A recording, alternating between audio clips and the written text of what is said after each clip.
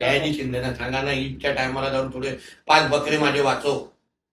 वाचव सांग ना, ते रक्त जे वाहतंय, हा त्यांना सांग ना, एवढे मोठे कलाकार आहेत, हा मोठे मोठे पिक्चर ते देतात, मिठी मारा ना तिथे जरा बकऱ्या. ऐकला का व्हिडिओ?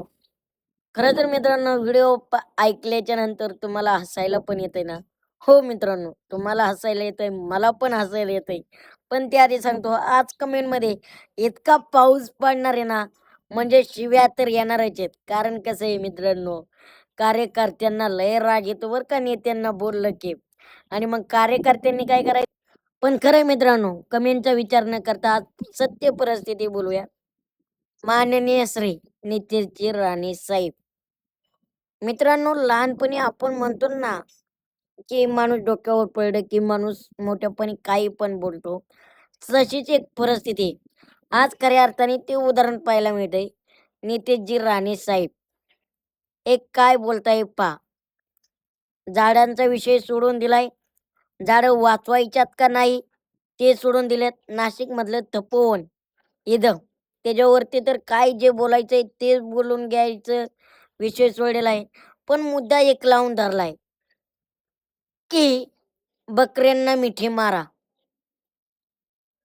मित्रांनो, खरं या वाक्याने मला सुद्धा हसायला येते, की विषय कुठे आहे आणि बोलतोय कुठं आणि चाललंय काय?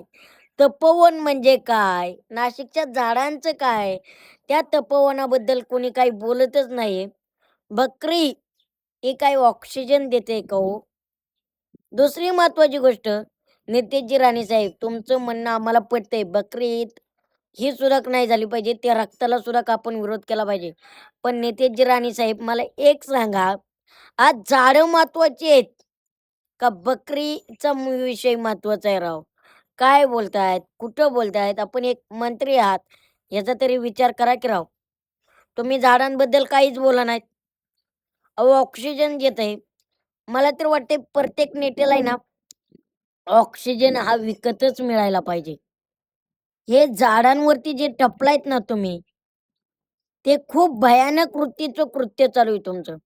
गिरीश महाजन साहेब असतील, तुम्ही असतील.